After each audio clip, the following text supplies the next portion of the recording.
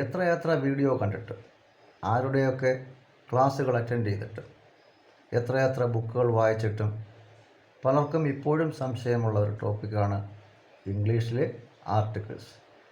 A and the. എന്താണ് article? ഇവ എവിടെ, എപ്പോൾ, എങ്ങനെയൊക്കെ ഉപയോഗിക്കും? നമുക്ക് ഇന്നു മുതൽ പഠിച്ചു തുടങ്ങാം.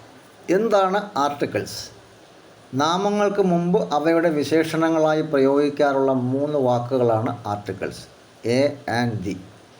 ആദ്യത്തെ ഉദാഹരണത്തിൽ ഡോക്ടർ എന്ന നാമത്തിന് മുമ്പ് എ എന്ന ആർട്ടിക്കിൾ ഉപയോഗിച്ചിരിക്കുന്നു.